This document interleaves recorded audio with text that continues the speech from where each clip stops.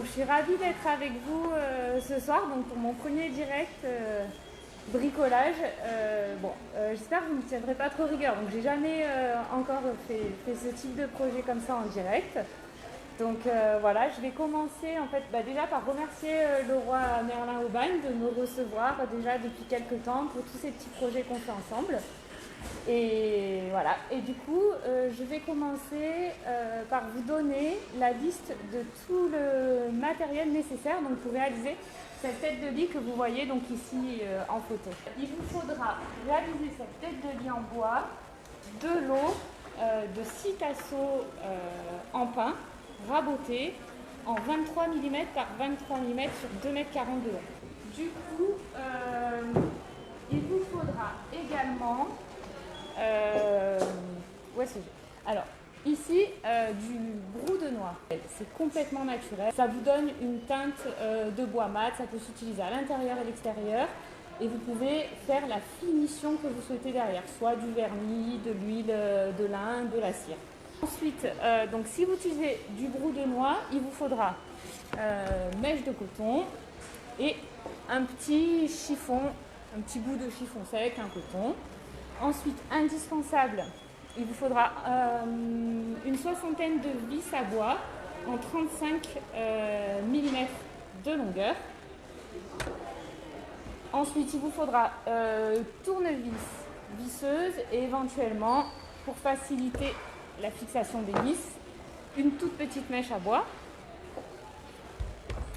Ensuite, il faudra une scie à dos et une boîte à onglets pour pouvoir couper les tasseaux à 45 degrés. Mais ça, j'y reviendrai, je vous montrerai un petit peu mieux devant la caméra.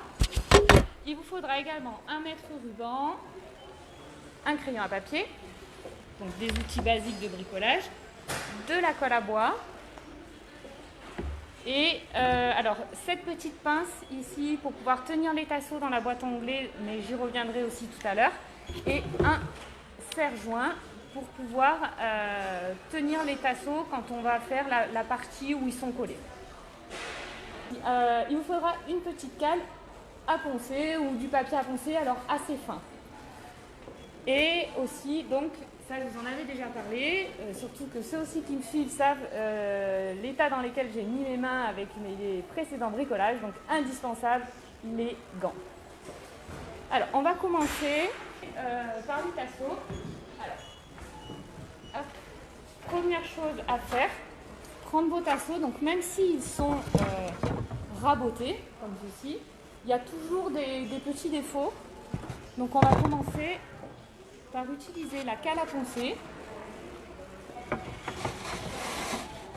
Et on va les lisser en fait pour enlever tous ces petits défauts et avoir un aspect bien lisse au toucher.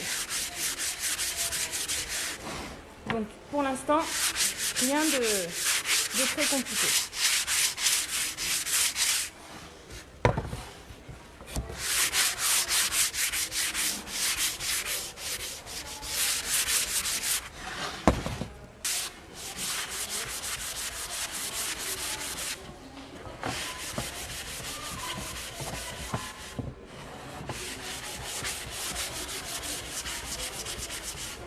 Une fois que vous avez fait un côté, bien sûr, on les retourne et on renouvelle l'opération donc tout le long et ainsi de suite sur les 4 côtés de chaque tasseau.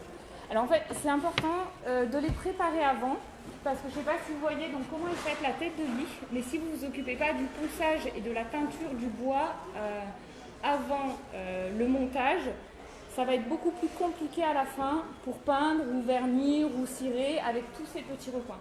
Donc le but c'est de les préparer au maximum pour n'avoir plus que de la fixation à faire après. Donc une fois que tous vos tasseaux sont poncés et lisses au toucher, sans aspérité, on va venir les teinter. Alors j'ai découvert en fait le brou de noix grâce à Cynthia qui travaille chez Leroy Merlin et franchement je crois que je n'utiliserai plus que ça. Déjà parce que c'est super économique et également parce que c'est complètement naturel. Le temps de séchage est de 2 heures, ça colle pas, ça se nettoie facilement à l'eau. Et c'est surtout sans aucune odeur et il n'y a pas de toxicité au niveau du produit. Alors, je vais vous montrer comment utiliser le brou de noix. Donc, vous allez utiliser comme ceci soit un petit bol ou un petit outil comme ça de peinture. Alors, indispensable, parce que le brou de noix s'attache, on utilise des gants. Hop. Donc, je prends ma bouteille de brou de noix. Je vais verser un petit peu de produit.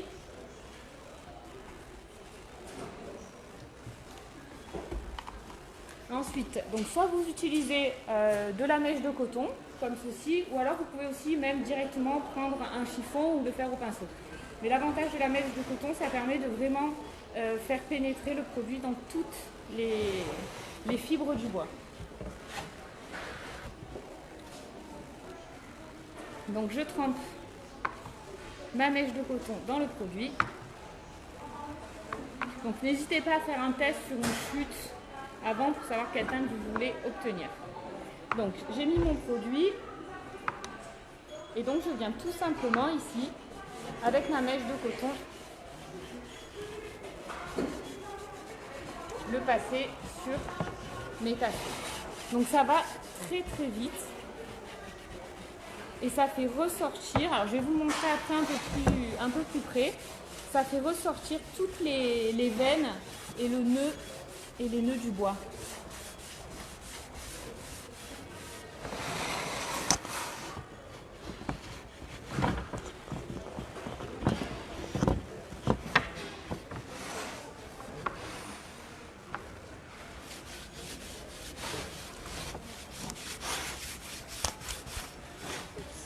Oh.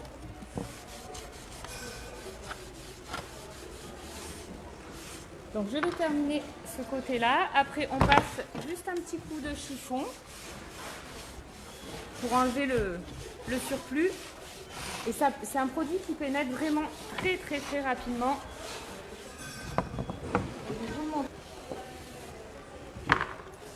Donc voilà, et ainsi de suite. Donc vous faites ça sur tous les tasseaux que vous avez pour préparer la tête de lit.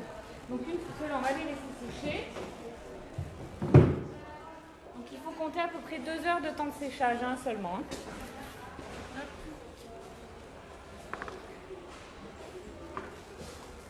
Donc on va commencer par faire le cadre de la tête de lit. Donc ici c'est un cadre en 160 cm. Donc il va falloir couper 2 fois 167 cm pour la longueur de la tête de lit. Après à vous d'adapter si vous voulez inclure des chevets, réduire un petit peu, voilà. Mais pour un classique 160, il va falloir couper 2 fois 167 cm, 2 fois 118 cm pour la hauteur du lit. Mais là aussi, pareil, à vous d'adapter en fonction des pieds de votre lit. Il peut y avoir du 15, du 20, voilà. Mais 118, ça reste une moyenne. Si vous voulez quelque chose de plus bas, vous couperez 110, enfin, ça reste facilement adaptable. Et ensuite, pour l'intérieur de la tête de lit du cadre, on va couper 5 fois 170 cm. Et donc, on va commencer par mesurer le 167,5. Donc, vous prenez votre mètre. Alors pour l'instant, ce sont juste des découpes droites, toutes simples. On ne va pas encore faire de coupe à 45 degrés.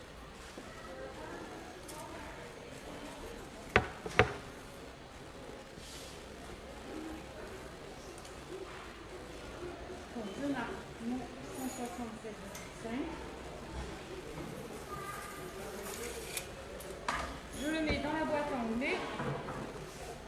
Sur mon repère et dans la boîte à onglets, je vais utiliser l'onglet à 90 degrés.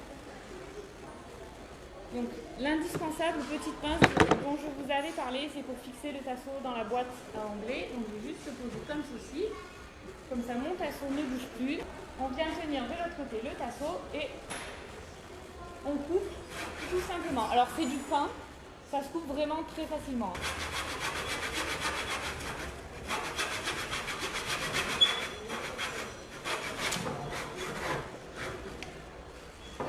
Donc là, j'ai coupé le premier montant Et petite chose à faire à chaque fois qu'on va couper un tasseau, c'est de mettre un petit coup de ponçage pour enlever toutes les petites écharpes ou les petits bouts de bois.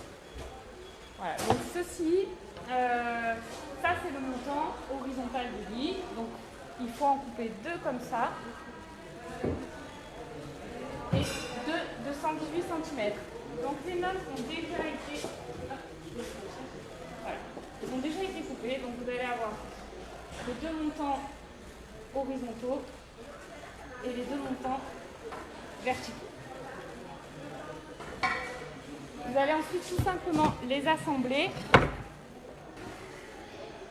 Alors pour les assembler, il faut que le montant horizontal soit à l'intérieur du montant vertical et non pas au-dessus. Vous allez venir visser ici sur le côté. Alors je vais essayer de me caler bien. Donc soit vous pouvez utiliser une mèche, une petite mèche à bois pour faire un pré-trou.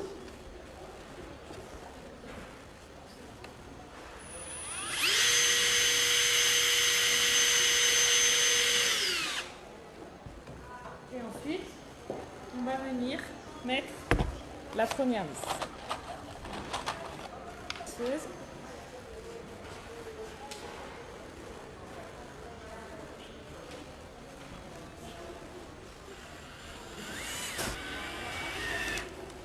Alors petite chose, essayez de rentrer un tout petit peu vos vis. Il ne faut pas que les têtes dépassent.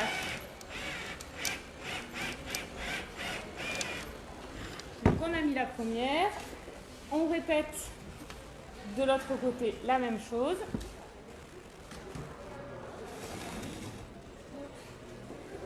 La table elle n'est pas assez grande.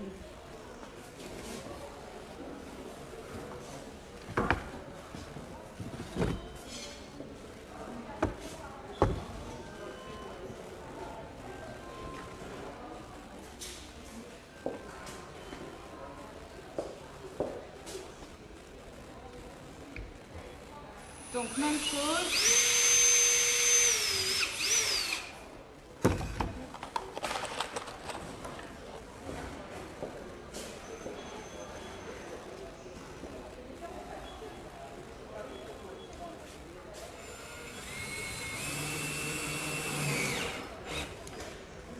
Voilà. Et ensuite vous allez mettre la barre du milieu. Alors pour ce modèle-là, je la fixe exactement, alors j'ai noté à 74,6 cm du bas. Donc vous allez mesurer à partir du bas 74,6 cm. Et pareil de l'autre côté. Voilà.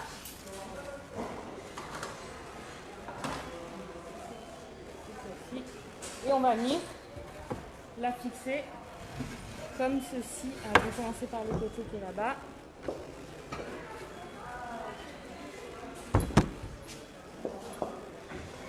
J'ai oublié de vous dire aussi, entre-temps, pour les montants intérieurs, pour pouvoir fixer les chevrons, il va vous falloir couper 5 fois 70 cm tout pile.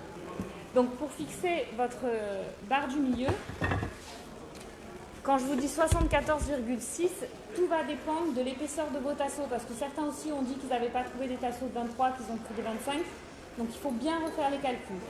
Mais si vous voulez vous simplifier le travail, vous pouvez prendre vos montants verticaux intérieurs qui font 70 cm, les caler entre le haut et le bas et vous aurez l'emplacement où vous devez fixer votre barre intérieure.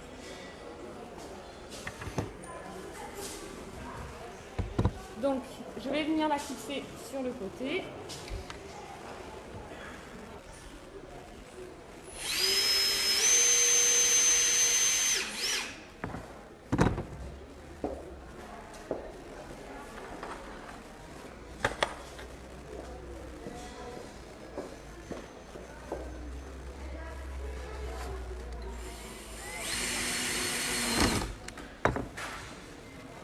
et ainsi de suite. Donc je ne vais pas vous les montrer tous parce qu'on va y passer sinon un petit peu trop de temps.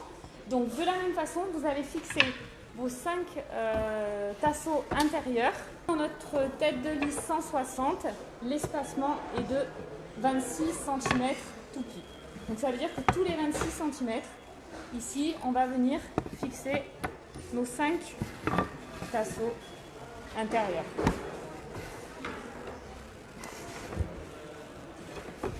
Donc je vais vous montrer. Voilà. Donc une fois que vous avez bien calculé l'espacement, c'est important d'avoir le même espace pour après pouvoir découper tous les tasseaux intérieurs à 45 degrés rapidement. Donc ensuite on va fixer chaque tasseau par le haut et par le bas, et du coup je vais récupérer un cadre fini parce qu'on ne va pas monter totalement celui-ci.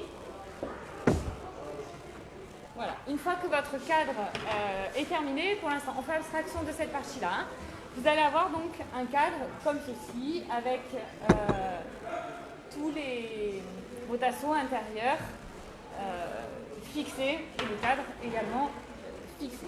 Et c'est ensuite là-dessus qu'on va venir monter toutes ces petites parties-là. Donc j'espère que tout le monde a bien suivi jusque-là. Donc une fois qu'on a le cadre monté, on va couper les tasseaux intérieurs. Donc il suffit de couper hop, le premier. Pour ceci, alors petit conseil, c'est travailler sur l'endroit de votre tête de lit pour avoir la meilleure position de vos tasseaux. Donc on va prendre le premier tasseau. Alors je vais prendre cette chute. Donc pour démarrer, il va falloir commencer par couper un tasseau à 45 degrés. Peu importe le sens. Donc pour ça, vous allez utiliser votre boîte à onglets. Vous prenez le premier tasseau. On va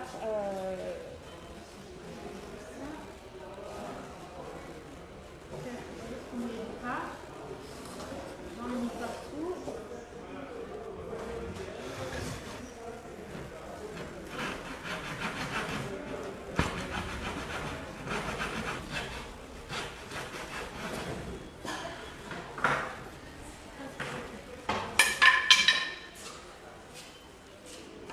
Une fois que vous avez fait le départ, votre premier départ, vous allez vous positionner sur votre cadre en travaillant donc sur l'endroit. Donc pour avoir la taille, soit vous pouvez le calculer, soit tout simplement, vous allez passer votre tasseau dessus, mettre le premier comme ceci à 45 degrés dans l'angle par-dessous.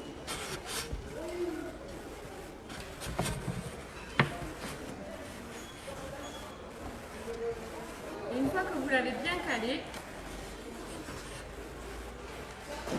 on va venir tracer un trait contre ce montant-là et vous avez votre repère, je vais vous le montrer, qui est ici. Donc ensuite, on repasse dans la boîte à onglets pour couper.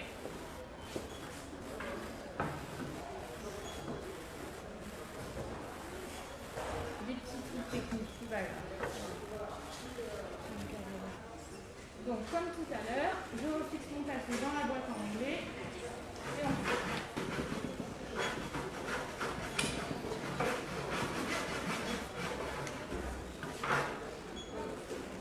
Votre tasseau est coupé, vous allez avoir ce morceau comme ceci des deux côtés. Et logiquement, si vous avez bien calculé votre espacement, quand vous allez le fixer, alors il faudrait que je puisse vous montrer. Je vais voir si ça tient. Peut-être que vous verrez un peu mieux comme ça. Non, ça va pas être facile. Je vais vous le tenir comme ça. Voilà. Une fois que vous avez coupé votre premier tasseau, logiquement, si vous êtes bien positionné, votre tasseau, vous voyez, il va pouvoir vous servir de gabarit pour chaque, je ne sais pas comment on va appeler ça, chaque partie du. C'est pour ça qu'il est très important d'avoir le même espacement ici et surtout d'avoir bien des mesures identiques haut et bas pour que le 45 degrés soit juste de partout. Donc bien sûr, on ne va pas tous les couper, parce que vous avez vu combien de temps j'ai mis là pour en faire un. Donc on en avait fait découper d'avance. Je vais les prendre. Hop. Donc vous pouvez aussi tous les découper, ou alors si vous n'êtes pas trop sûr de vos mesures, ce que vous pouvez faire, c'est les couper ici comme ceci pour une partie. On en a fait 5, mais rien ne vous empêche de faire des espaces plus serrés, d'en faire 6 ou 4 ou peu importe. Et de refaire un gabarit à chaque fois pour chaque partie. Donc ici, je vais juste fixer le premier, pour vous montrer en fait le principe.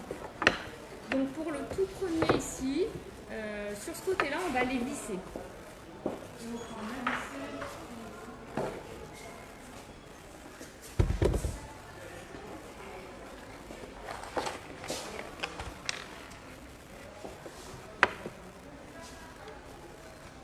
Percer, c'est pas obligatoire, c'est du pain, donc c'est assez souple comme bois.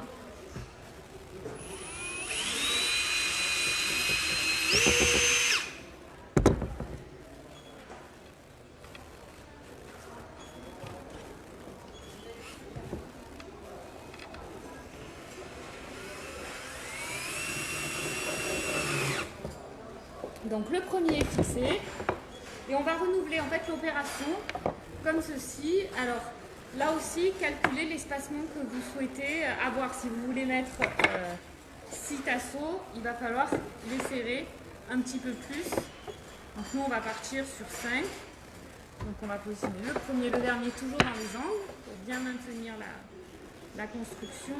Et donc je ne sais plus comment on a mis, 4, 5, 5, 4 pleins. Voilà.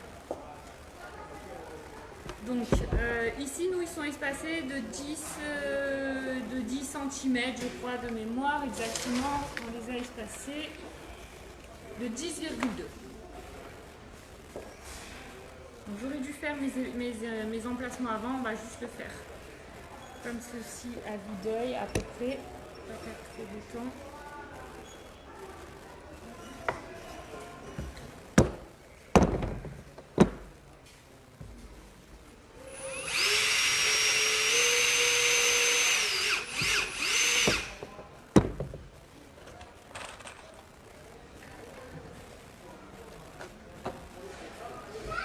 Roxane, j'ai une autre question. Oui.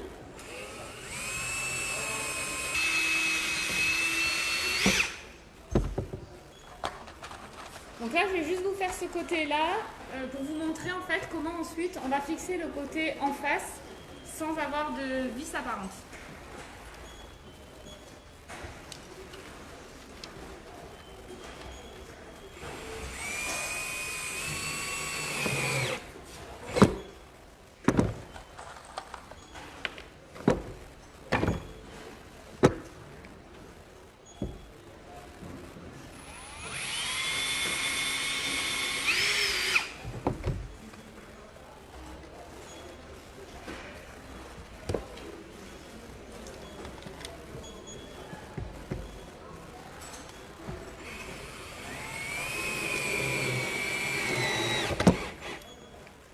Donc voilà, vous allez faire ça tout le long.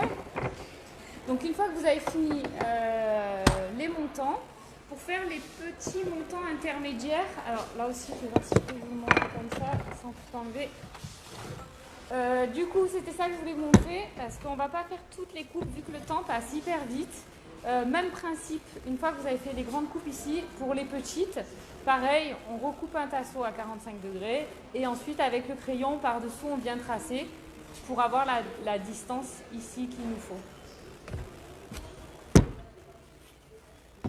Alors une fois que vous avez vissé tous les tasseaux du premier côté comme ceci, il ne faut surtout pas les fixer en face à face. On va les soulever comme ceci, doucement pour ne pas abîmer les vis.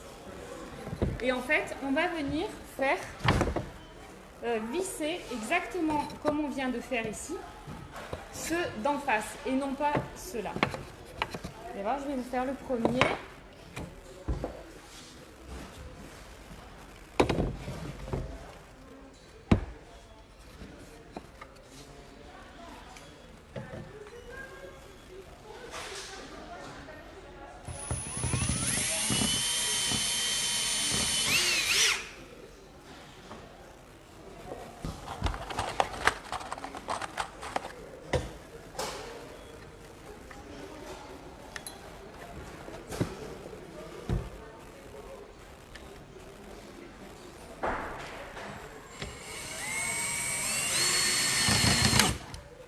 là aussi, bien penser à appuyer un tout petit peu pour rentrer la tête de la vis, pour pas qu'elle nous gêne pour fixer les tasseaux en face.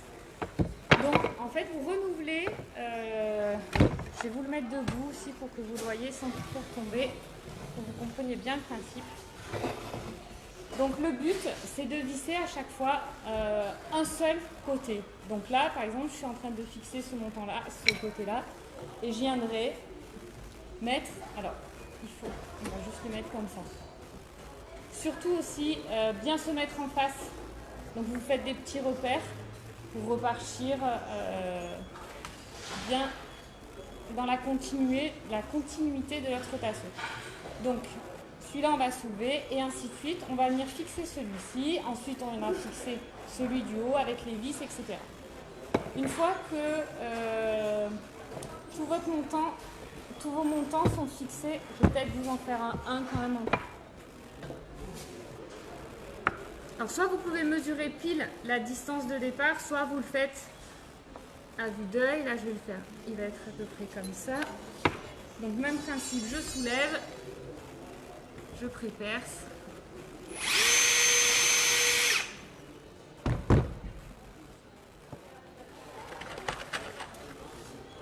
On a une question encore, faut-il mettre un vitrificateur à la fin? Pas obligatoirement si c'est pour l'intérieur. Vous pouvez laisser le brou de noix. Alors moi je l'ai laissé comme ça parce que j'adore l'aspect mat et l'aspect naturel. Je pense peut-être à l'usage, je mettrai une cire naturelle, mais vous pouvez utiliser la finition que vous souhaitez après.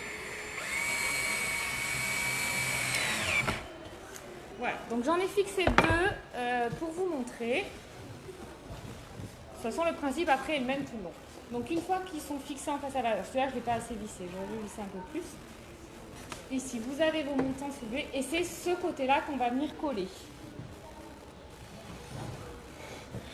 Hop.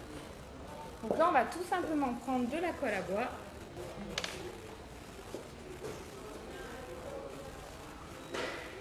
Voilà.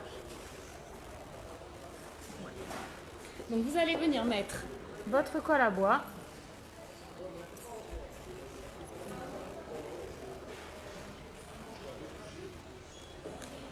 Et logiquement, si vous avez bien travaillé, le serrage peut suffire à lui-même. Alors mince, j'ai pas pris de...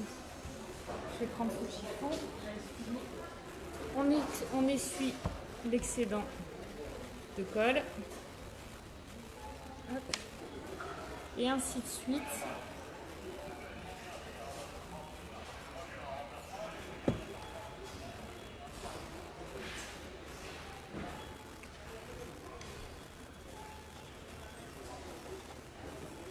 Ensuite, on laisse sécher la colle.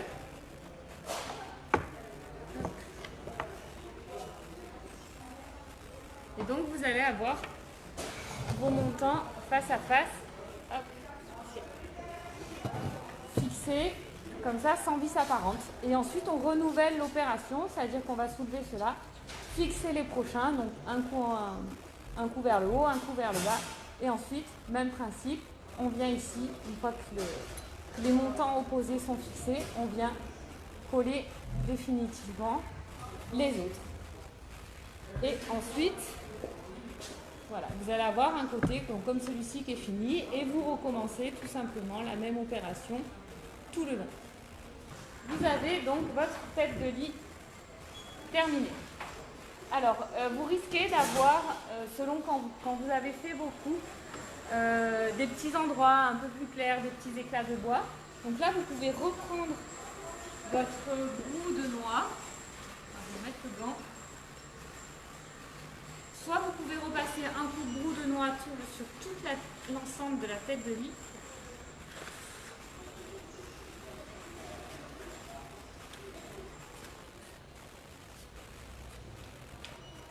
Donc, je reprends mon petit chiffon de brou de noix et je peux venir en fait combler. Alors là, je ne sais pas si j'en ai, vu que j'avais déjà fait mes retouches. Non, j'en ai pas, mais vous pouvez venir ici, parce que là, j'ai pas fait dessus. Donc, venir faire vos retouches. Alors, si vous ne voulez pas le foncer, vous pouvez juste diluer avec un tout petit peu d'eau pour être sûr de ne pas trop foncer les endroits où vous allez retoucher. Mais vous voyez pourquoi je vous ai dit de préparer vos tasseaux avant, c'est de ne pas galérer à peindre dans tous ces petits angles tout le long. Donc sur toute cette partie-là, vous n'allez pas avoir de vis apparente, mais vous pouvez, au niveau de la finition, vous voyez ici, on zoomera peut-être un peu plus, mais ici je vais avoir toutes mes têtes de vis qui sont rentrées. Donc rien ne vous empêche de faire une finition avec de la pâte à bois que vous allez poncer, ensuite que vous pouvez à nouveau colorer avec le bout de noix ou de la peinture. Je vais vous dire aussi que vous n'êtes pas obligé de faire qu'une tête de lit, vous pouvez aussi détourner, vu que c'est très tendance, ce modèle en claustras pour faire une séparation au lieu d'avoir toujours des claustras verticales, avoir une claustra comme ça type chevron. Enfin, je remercie déjà toute l'équipe de Leroy Merlin au Bagne, qui est déjà en plus super sympa et qui a permis de réaliser ce projet et surtout d'en faire profiter non pas que la région Aubagne, mais la France entière et penser aussi pour les Belges qui n'ont pas de Leroy Merlin. Je sais que c'est dur, très dur. Voilà. Bon, je vous souhaite à tous et toutes une bonne soirée. À bientôt. Merci.